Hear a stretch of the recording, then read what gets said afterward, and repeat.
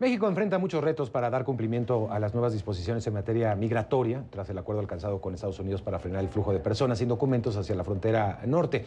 Uno de los aspectos es la atención a los indocumentados que están siendo devueltos a México y aquellos que están solicitando refugio para permanecer aquí en nuestro país, un número que se ha venido incrementando. Andrés Ramírez Silva es coordinador general de la Comisión Mexicana de Ayuda a Refugiados, dependiente también de la Secretaría de Gobernación, la Comar. Me acompaña aquí en el estudio. Gracias por estar con nosotros, Andrés. Bienvenido.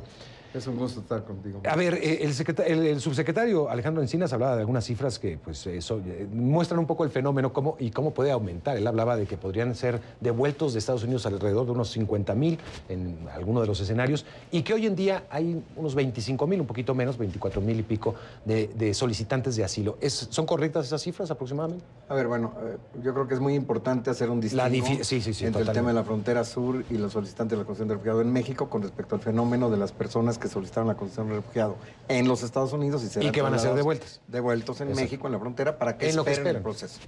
Son dos cosas como que bien distintos, digamos, para el público.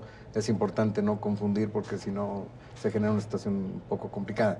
Hablando del norte, de este acuerdo de que se trasladarían personas de la estructura de condición de refugiado en los Estados Unidos para que esperen este proceso en la frontera mexicana, ahí sí se calcula más o menos que para 31 de agosto llegaría a haber más o menos del orden de unos 60,000. Esto viene a acelerar, que así fue lo que dijeron los Estados Unidos en estas negociaciones, que acelerarían el traslado de las personas a esperar del lado de México. Pero esta decisión unilateral, como lo ha planteado el gobierno de México desde hace tiempo, pues ya se venía dando. Sí, yo recuerdo un documento en el que el canciller expresa que es una decisión unilateral en la cual no está de acuerdo a México, pero por razones humanitarias la asume. Exactamente, por razones humanitarias las iban a aceptar y ya se venían dando y se venían viniendo más o menos del orden de unos 10,000, 11,000 personas que ya estaban de este lado, pero seguirán viniendo y ahora de manera más acelerada, de forma que al 31 de agosto haya del orden de 60,000 personas. Ahora, de la frontera sur, ahí está, bueno, hay muchos que han pretendido quedarse en México haciendo una solicitud de refugio. ¿Cómo es esta situación? Bueno, primero, sí, en esta diferenciación, decir que en el fenómeno de esto que estamos hablando ahora de la frontera norte, son solicitudes de la condición de refugiado en Estados Unidos, nada que ver con México. Lo otro, sí, son solicitudes de la condición de refugiado en México.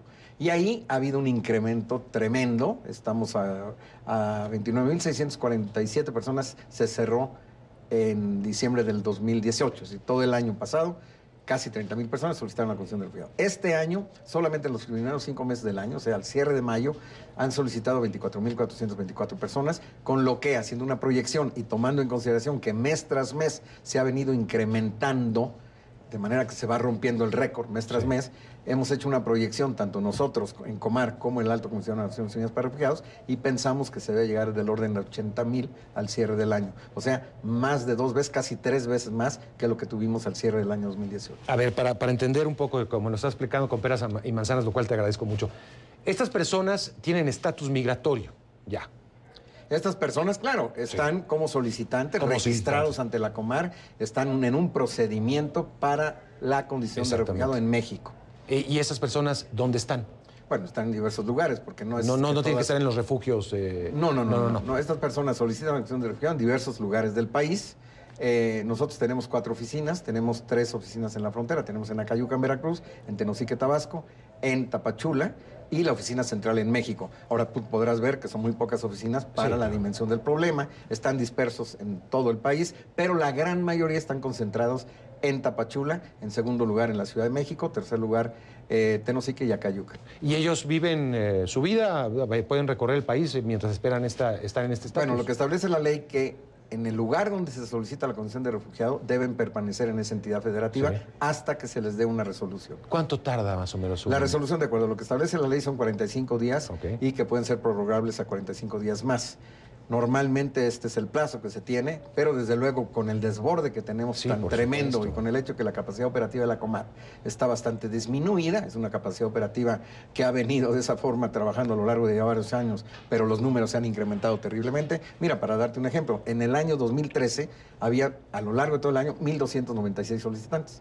Ya te dije que en este año, en solo 5 meses, tenemos 24.424. Sí, nada que ver. Sí. Ahora, en una semana, llega mucho más de lo que llegaba en el 2013 o en el 2014. Se necesitan recursos, obviamente, para aumentar capacidades. Exactamente, para que estemos en las condiciones de poder lidiar y responder de la mejor manera. Y además hay una cosa muy importante acá. No solamente es en términos de eficiencia y productividad en cantidad, sino en calidad. Nosotros estamos lidiando aquí con vidas humanas. O sea, no nos podemos dar el lujo de decir, bueno, lo hacemos rápido y total, en lo más rápido que hacemos. Y con futuro familiar, con futuro, estás apostando a muchas podemos. Cosas, ¿sí? Y además, si tú reconoces a una persona que no es refugiada, puedes estar metiendo a una persona que hasta mejor es un delincuente. Sí. Reconocida. Y por el contrario, si tú rechazas a una persona que es genuinamente refugiada, podrás deportarla a su país de origen. Y la estás condenando a la muerte. Pues sí, muy posiblemente. Entonces tenemos que tener mucho cuidado. Cuéntame una cosa, Andrés. ¿Qué porcentaje aproximadamente de positivo, digamos, de trámites concluyen de manera positiva? Sí, es muy importante la pregunta. Esto es lo que le llamamos nosotros la tasa de reconocimiento de las personas que solicitan. ¿Cuántas o en qué porcentaje nosotros hacemos un reconocimiento? México tiene una tasa de reconocimiento bastante alta, tengo que decir. Y acá por nacionalidades varía. Porque, digamos, en lo general, las principales top 5 nacionalidades, y acá las voy a enumerar, en primer lugar, hablando de este año, son los hondureños, en segundo los salvadoreños, en tercero los venezolanos, en cuarto Cuba, casualmente y raro, en quinto lugar los guatemaltecos y en sexto lugar los nicaragüenses. Ahora, de estas nacionalidades, en lo general, de la que tenemos la más alta tasa de reconocimiento, a nivel mundial, a nivel mundial, es la de Venezuela. O sea, tenemos una tasa de reconocimiento casi del 100%. Es la más alta de lejos. Y en cambio las otras es una tasa menor. Sin embargo, no es una tasa baja de ninguna manera. Estamos con una tasa, porque nosotros tenemos otra figura que se llama protección complementaria, entre el refugiado, reconocidos como refugiados, como aquellos que reciben la protección complementaria, llegamos más o menos del orden, en general, en casi todas estas nacionalidades, del orden del 70%. Con excepción de Cuba. Con excepción de Cuba, que en general tiene una tasa bastante baja. Los cubanos, en lo general, la verdad es que ellos incluso casi que lo manifiestan, lo que quieren decir a los Estados Unidos. Por la política también que hay ahí de mayor apertura, pies mojados, pies secos, no sé si tú, creo que ya cambió bastante esto también.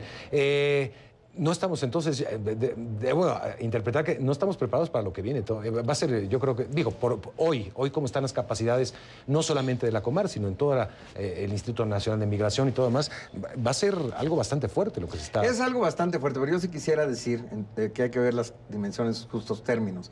Desde el punto de vista del tamaño de este país y desde el punto de vista de la economía de este país, que lo coloca entre el 13º y el 15º lugar en su Producto Interno Bruto, sí.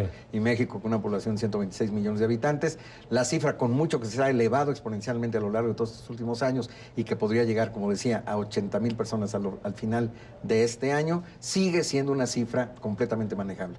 El problema está más bien en la capacidad operativa, claro. Es decir, cómo la capacidad que tiene para responder con tan pocas oficinas y en una situación que está dispersa a lo largo y ancho del país y en un incremento notable y sostenido como lo tenemos. Y un tercer aspecto que yo creo que hay que tomar en consideración es también que depende de la zona donde estemos hablando, porque claro, para el país tan grande no es problema, pero si se concentra la mayoría de las personas en lugares como por ejemplo Tapachula o algunas de las ciudades sí. del Suchat o digamos de la costa chiapaneca, pues ahí sí ya empieza a ser un problema porque hay competencia por empleo, claro. Competencia por servicios públicos y demás, y de ahí que se genere y se intensifique, sí. Se exacerbe la xenofobia. Sí, por eso lo estamos viendo, y aparte que crezca de una manera sostenible y sana una institución, exacto. Porque si no también provocas corrupción, es decir, ¿no? Coyotaje y ese tipo de cuestiones, exacto. Y trámite, bueno, en fin.